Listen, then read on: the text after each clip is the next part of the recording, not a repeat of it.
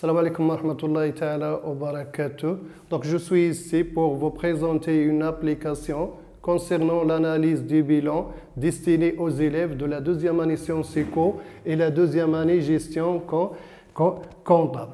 Donc, le plan de travail se présente ainsi: un rappel concernant le bilan comptable condensé, le bilan financier, les ratios et enfin une application. Très bien. Donc, définissons le bilan comptable. Donc, le bilan comptable, c'est un document de synthèse établi à une date donnée. Il présente la situation patrimoniale de l'entreprise à cette date.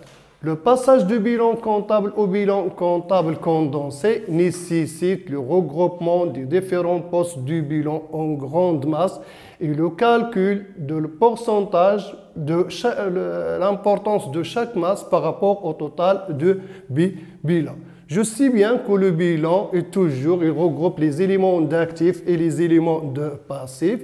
Les éléments d'actifs sont toujours l'actif immobilisé, actif circulant hors trésorerie et la trésorerie pas actif. Donc l'actif immobilisé doit être appelé valeur immobilisée.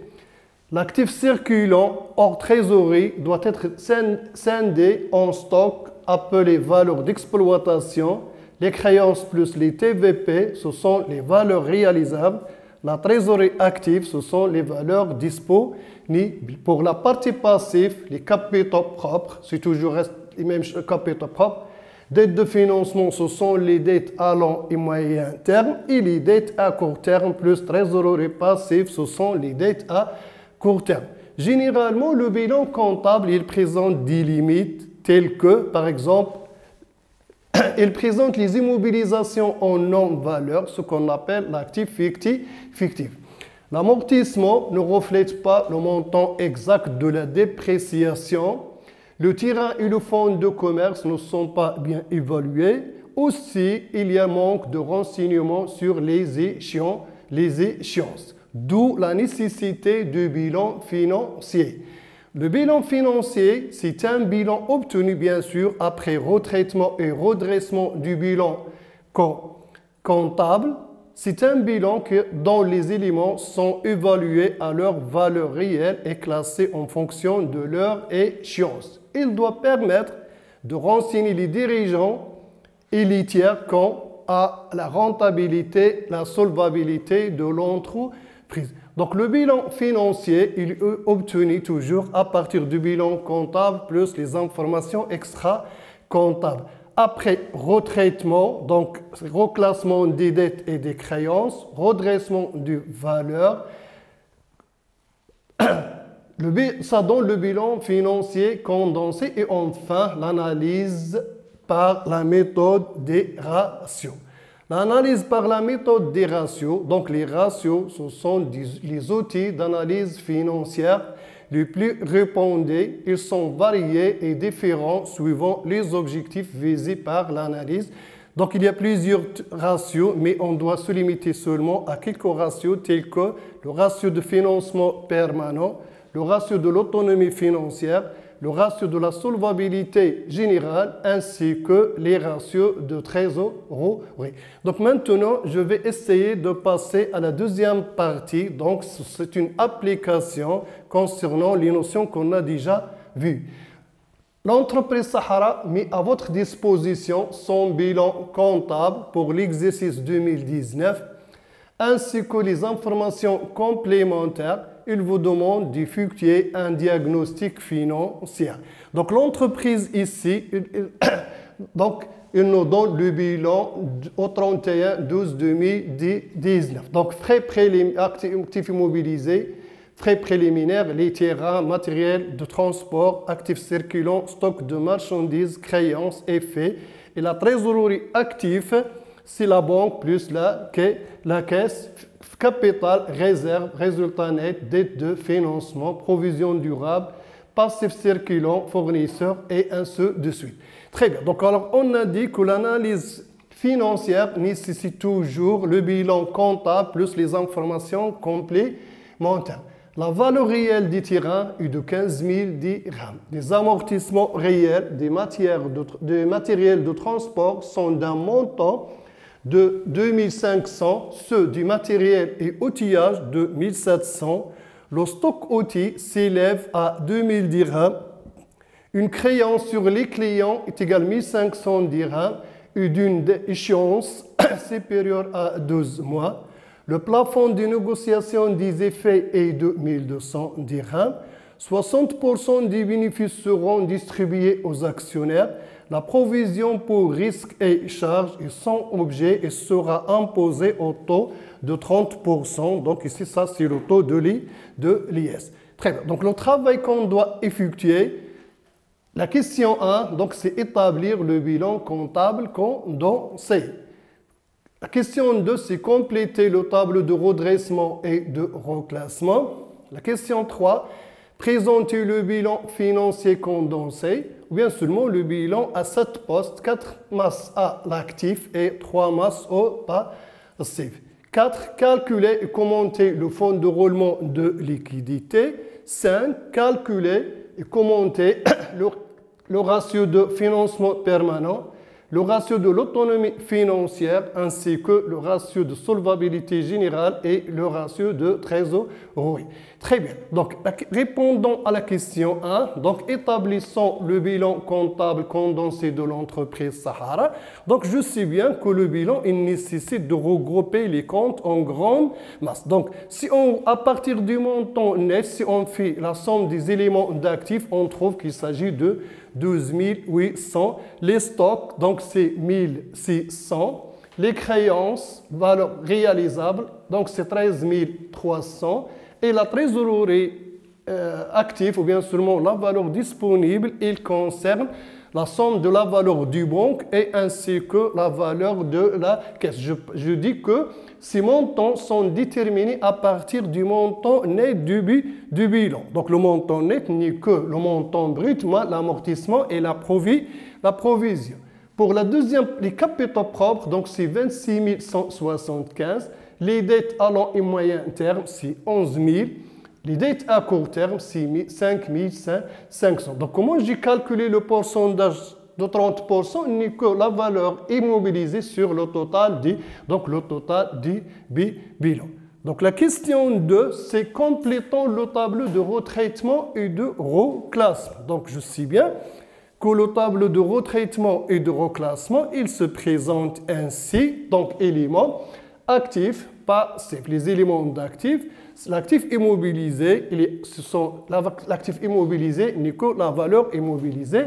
Les stocks sont les valeurs d'exploitation. Les créances et les TVP, ce sont les valeurs réalisables. La trésorerie active sont les valeurs disponibles, capitaux propres, les dettes à long et moyen terme et les dettes à court terme. Donc, vous pouvez constater ici qu'on a distingué entre deux types de dettes, dettes à plus d'un an et les dettes à moins d'un an. Donc, totaux comptables, donc les totaux comptables, ce sont les totaux obtenus à partir du tableau ou bien du bilan comptable condensé. Enfin, les redressements et les reclassements nécessaires pour trouver le net financier.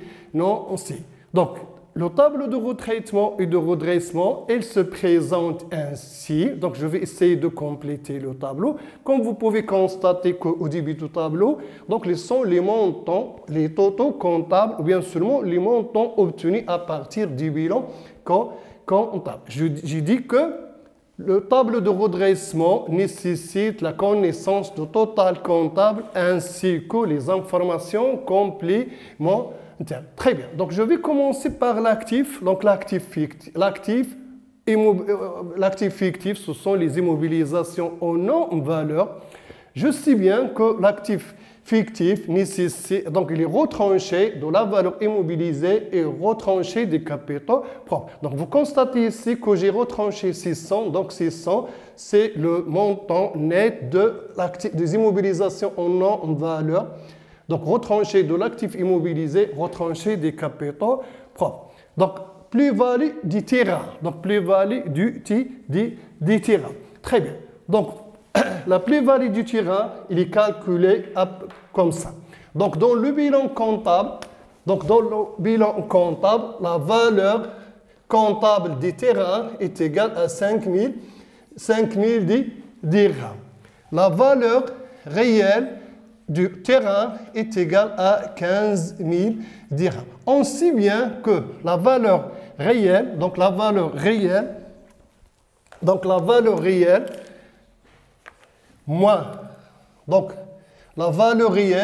moins la valeur comptable lorsqu'il est supérieur à 0, donc il s'agit de plus-value.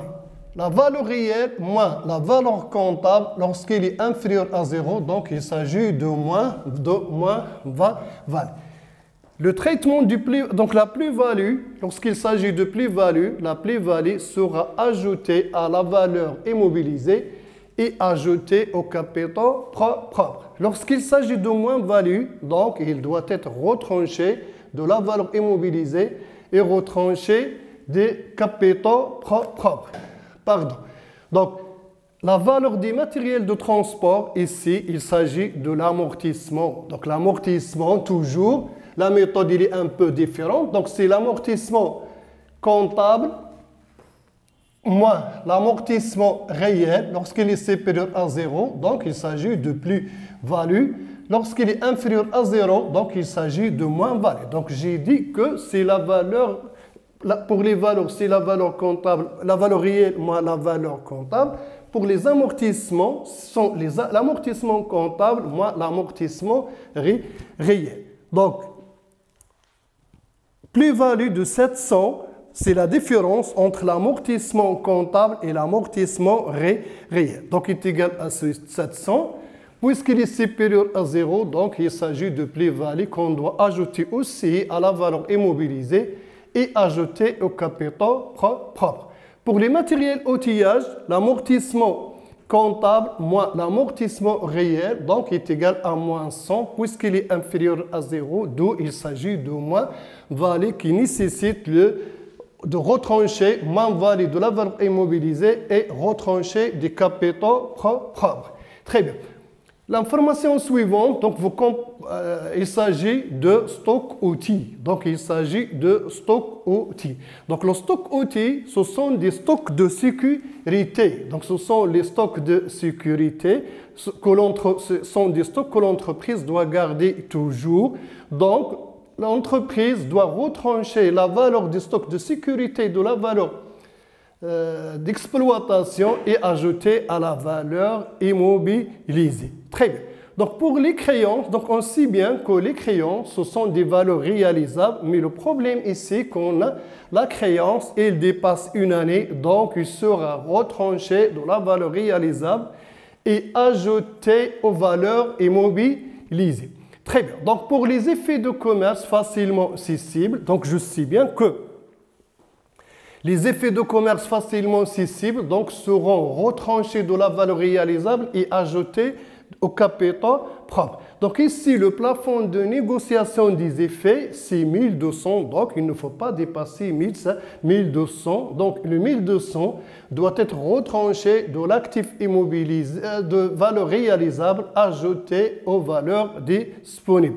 Les bénéfices distribués, je sais bien que les bénéfices distribués, c'est une partie de résultat. Donc, il se trouve parmi les éléments de des capitaux propres. Les bénéfices distribués, ils se traitent de la façon suivante. Donc, obligatoirement, il doit être retranché des capitaux propres et ajouté aux dettes à court terme. Pour cette raison, quand on a retranché le 3600, c'est 60% du résultat net. 60% du résultat net dans 3600, donc 3600 retranchés des capitaux propres et ajoutés aux dettes à court terme. Très bien.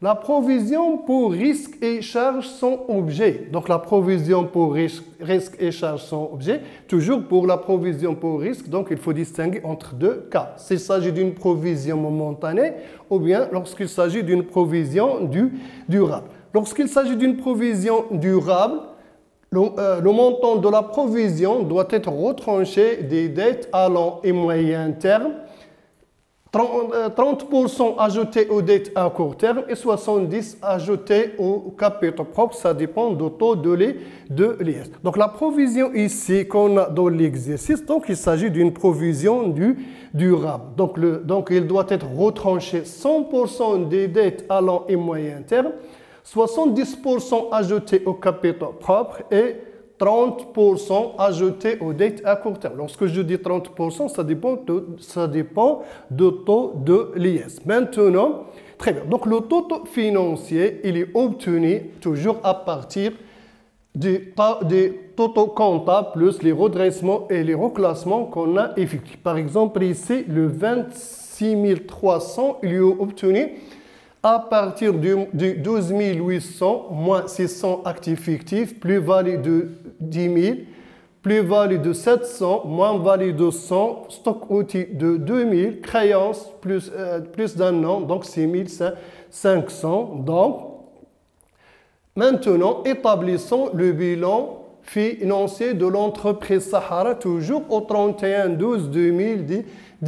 Donc le bilan financier, donc c'est un bilan qui reflète la réalité de l'entreprise. Donc il regroupe aussi l'actif immobilisé ou bien la valeur immobilisée, les stocks ou bien les valeurs d'exploitation, les créances, les valeurs réalisables, la trésorerie, c'est-à-dire seulement la valeur disponible, les dettes à capitaux propres, les dettes à long et moyen terme et les dettes à court terme. Donc, ces totaux sont obtenus à partir du tableau.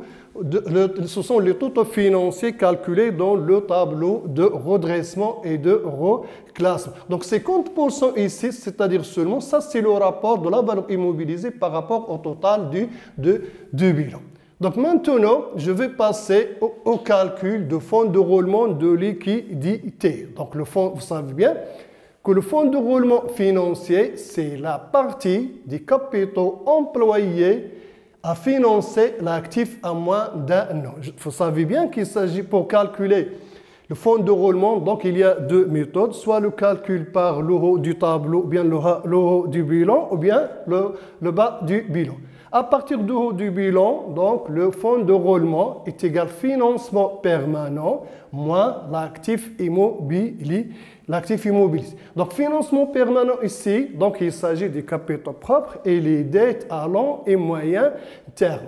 Donc, le fonds de roulement est égal 35 025, ce sont les capitaux propres, plus 7 500 les dettes à long et moyen terme et moins 26 300 est égal à 16 225. Donc ça, c'est le calcul de fonds de roulement par le haut. Donc maintenant, je vais essayer de calculer le fonds de roulement par le bas. Donc le fonds de roulement par le bas est égal à l'actif circulant moins les passifs circulants. Donc l'actif circulant n'est que la valeur d'exploitation, la valeur réalisable, la valeur disponible, moins les dettes à court terme. Toujours le fonds de roulement, d'après le bilan financier, est égal à 14 000, c'est-à-dire la valeur d'exploitation, plus 10 600, plus 1775, moins les dettes à court terme, 10 150, donc est égal à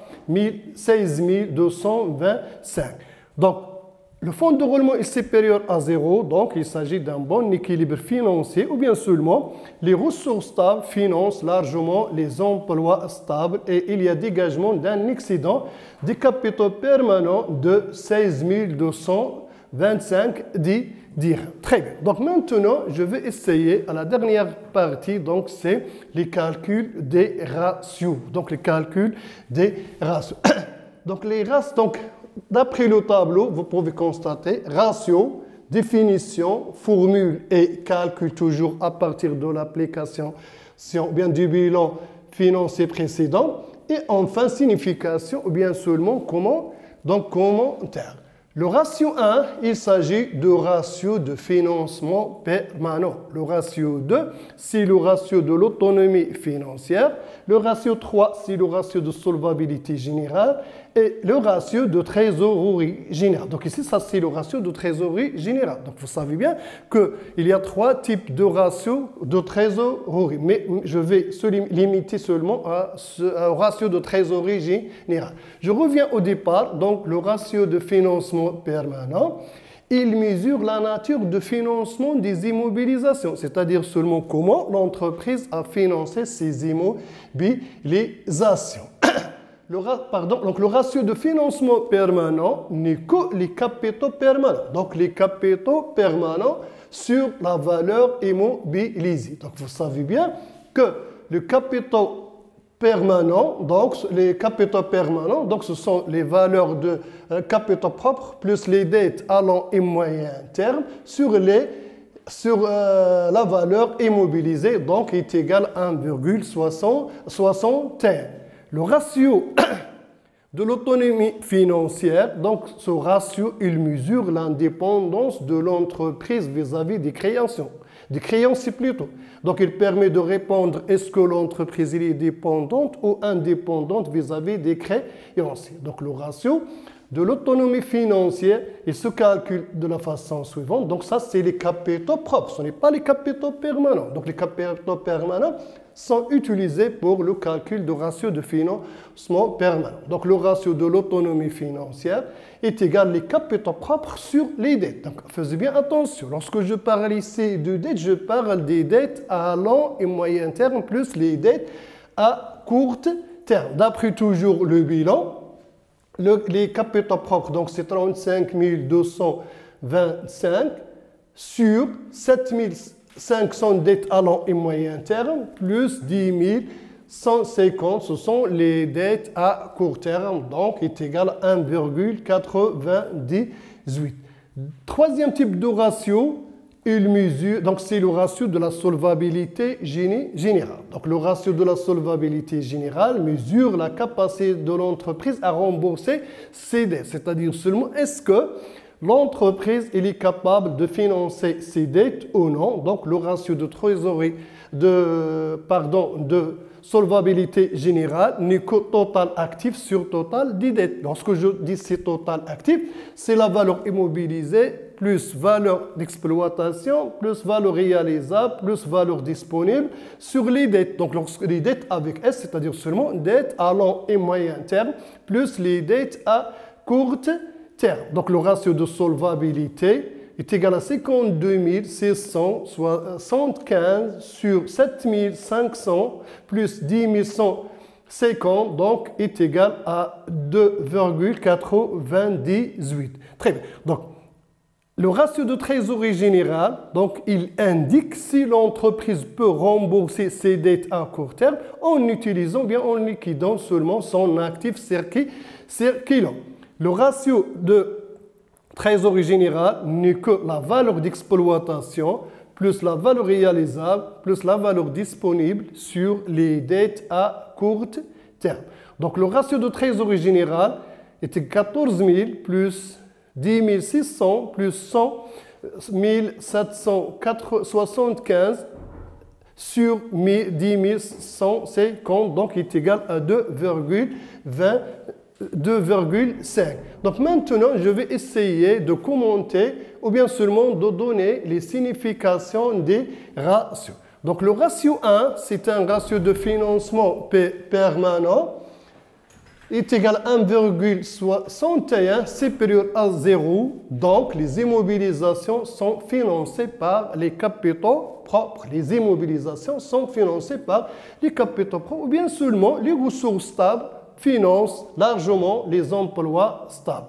Pour le ratio de l'autonomie financière, donc est égal à 1,98 supérieur à 0, supérieur à 1 plutôt, l'entreprise est indépendante vis-à-vis des créanciers. Lorsque le ratio est inférieur à 1, donc l'entreprise est dépendante des créanciers.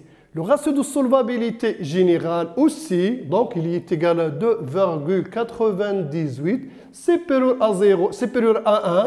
Donc, l'entreprise possède une bonne solvabilité générale. Et enfin, le ratio de trésorerie est égal à 2,5 supérieur à 1. Donc, les valeurs d'exploitation réalisables et disponibles peuvent largement faire face aux dettes à court terme. Merci et à la prochaine fois, Inch'Allah.